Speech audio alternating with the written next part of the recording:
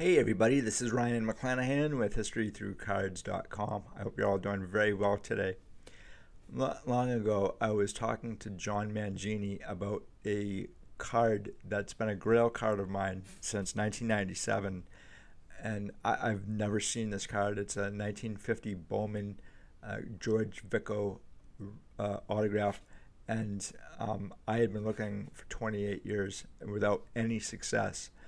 And he said, "Good luck in your quest," essentially. And my birthday was the following day, so I kind of like went through that day, and at the very end, like I'm having a beer, and I'm like, you know what, like, why don't I just go on eBay and type in 1950 Bowman autograph and just scroll through and see what I can find. And the cardboard gods must have been smiling down on me that day, kind of probably feeling bad that I've been looking for this card for 28 years, since 97, since I was a kid. And surely, you know, somebody up there likes me because I found it. Uh, and then I told John right afterwards, and he was like, "Wow, like that's incredible." And I thought that was pretty incredible too. Sometimes it's just timing in life, and these things really kind of play out very strangely. So this is a 1950 Bowman George Vico playing days autograph, and you're probably wondering what's so special about this card. I mean, uh, George Vico, he was with the Detroit Tigers in 1948 and 49, and he only played like 2 years, a very short career. But his 1949 Bowman is the first 1949 Bowman that I ever picked up as a kid. And actually, I picked up a card of Ray LaManno and Taft Wright and Bobby Thompson in 1997. And I was really thrilled. I had never seen 1949 Bowman cards, especially baseball, before that.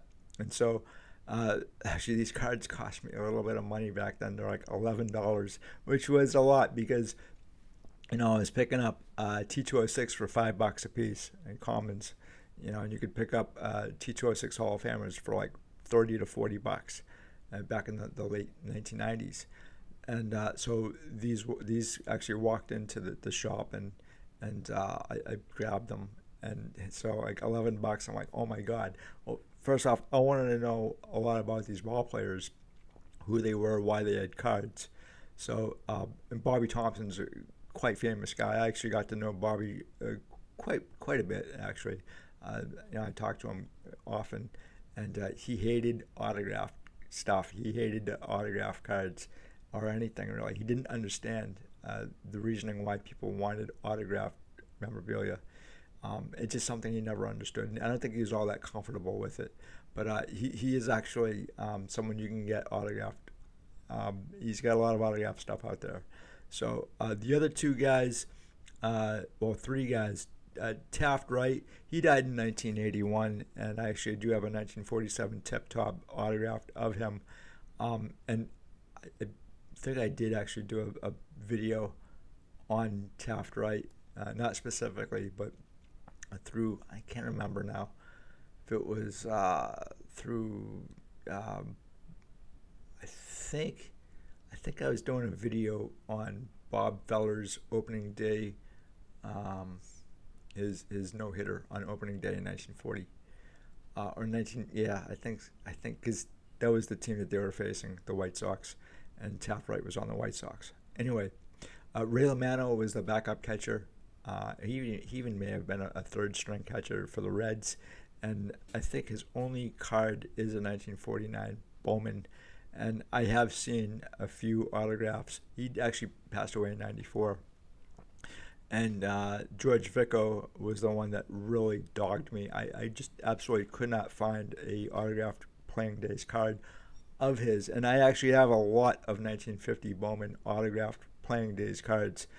Um, that actually happened. It occurred because there was a lawyer who was selling the widow's husband's collection, and she was quite elderly. Her husband had collected 1950 Bowman autographed cards. He actually sent them out through the mail to the players in 1950 and 1951, and those that entire set was autographed, and it remained stored in the attic for 66 years. And so I was able to, or fortunate enough, to grab maybe about 20 or so cards autographed. And I think the biggest one was the Mickey Harris and the George Snuffy Sternweiss, which I had mentioned in a video maybe like 2 years ago or so, or three. And in the meantime, I was looking and looking and looking for this specific card here, and I just couldn't find it. And it bothered me, it ate me up. There's in the back of my mind, I'm like, I'm never gonna see this card. I'm not even sure, if George Vico is a regular signer, or probably because he only lasted from like 1948 to 1949 on the Tigers. Again, too, I really like this card because it's simple. It's not flashy, and aside from the shirt here, I am not really the flashiest guy in the world. So like I kind of think too that our collections represent ourselves as well. And so like I'm not really a flashy guy, so like I don't really collect a lot of modern stuff, although I do have some modern. For the most part, I like the stories of ball players, and it's usually your average everyday lunch pail bucket guys, the guys that just go in, they play the game, and they leave at the end of the day. They may not have flashy careers, say like Ted Williams or Joe DiMaggio or Mickey Mantle, but it's usually the guys like this that are the most difficult to try to track down. And so I had to settle for a photo of George Vico a while ago, thinking that that's the only thing I'm going to be able to find of this guy. And because it's the first 1949 Bowman that I ever picked up, I didn't actually want his 49 Bowman autographed either. It's a nice card. I just didn't want it autographed. But I did want a very specific card autographed, and that happened to have been the 1950 Bowman. And it's kind of funny, too, because there are certain players who will autograph a lot of the specific cards, and they won't autograph other specific cards. And, it could take you a very long time to try to find that card autographed, whatever it is.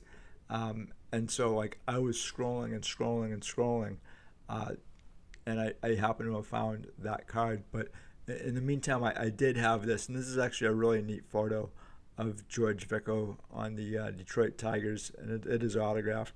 But it looks like here he's autographing a fan's autograph book, and it's obviously 48, 49, I think. I mean, the photograph is quite old, but it's a really neat photograph, a really neat pose, and I wanted to kind of like highlight George Vico a little bit. And I know everybody talks about your Hall of Famers and your superstars, but I also wanted to talk a little bit about the guys who you never hear of, the guys who just play the game and they leave at the end of the day. But again, guys like George Vico, they make it into the major leagues, which I can't say for myself. Again,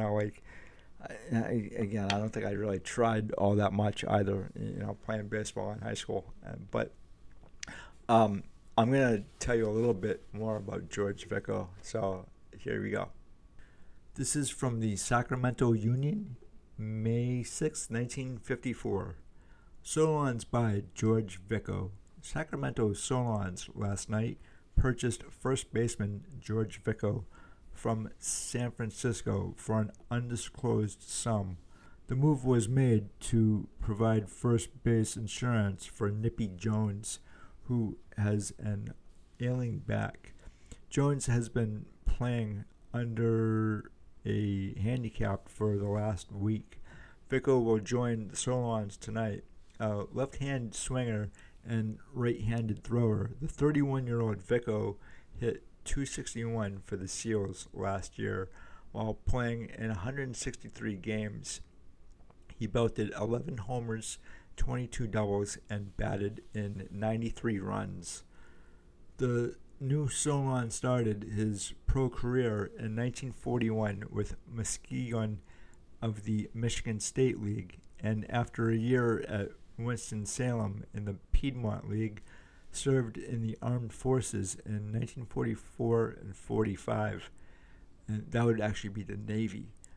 In 1946, he joined Salem of the Western International League and went up to Portland the same year. Portland sold him to Detroit Tigers in 1948.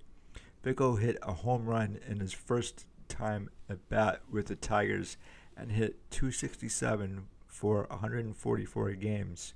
The following year, he played in only 67 games. In 1949, Vico was sold to Toledo of the American Association and then to Seattle the same year. He played with the Rainiers through 1952. This is from the Bristol Herald Courier, January 16, 1994. Torrance, California. George Vico, one of 70 major leaguers to hit a home run in his first at-bat, has died at age 70 after a long battle with heart disease. He died in his sleep at home Thursday night, close friend and neighbor John Popovich said Saturday.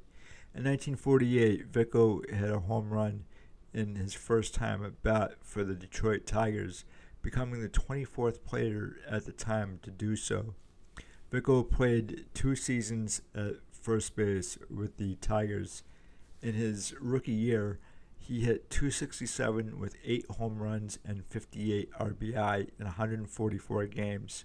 In 1949, Vico batted .190 with 4 home runs and 18 RBI in 67 games. Following his major league career, Vico played for the Hollywood Stars, San Francisco Seals, and Seattle Rainiers of the Pacific Coast League. After retiring from professional baseball, he pitched batting practice for many years for the Los Angeles Dodgers. So this actually concludes one of the longest streaks, the hitless streak, if you will, of me trying to find and locate a card that I've always wanted to add to my collection. It really shouldn't be this difficult, but again, a lot of your average everyday ball players, they don't sign autographs. Today it's a lot different because the manufacturers overproduce a lot of autograph cards, and a lot of the autographs today, they don't look good. This guy has a great autograph, and some of the players today, they just sign like shit. They absolutely sign like garbage, and it goes to a longer debate, I think, and a longer discussion on why that is. Do they not care about their fans? Are the manufacturers the ones that are telling these guys, like, you have to sign all of these cards in order to get XYZ amount of money? And it probably doesn't matter to these young kids today. Penmanship is like out the window. They're not even teaching cursive today, right? So that's a huge problem. And if you don't know cursive, you can't read in cursive either. And that may be actually why they're not teaching cursive, because they don't want people to read in cursive, probably for obvious reasons, right? The Constitution and the Bill of Rights were signed in cursive, so they're written in cursive. So again, I'm really kind of astounded after 28 years that I was able to find this particular card. Now I actually want to know if you guys have had similar circumstances where there was a card that you were looking for a long time, autographed or not, that it just dogged you, and the only thing that you could think about was trying to find this card, and all of a sudden, you find it. I'd love to hear your stories about this.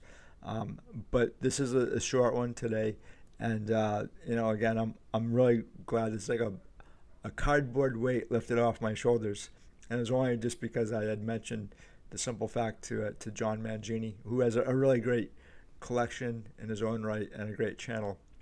And I kind of hope to meet him at the National this year, which I really can't wait for. It's going to be great. And I hope to see some of you guys there too, and talk baseball with you guys, or football or basketball or hockey, maybe even a little golf. So anyway, until the next video, guys, I will talk to you in another one. Bye.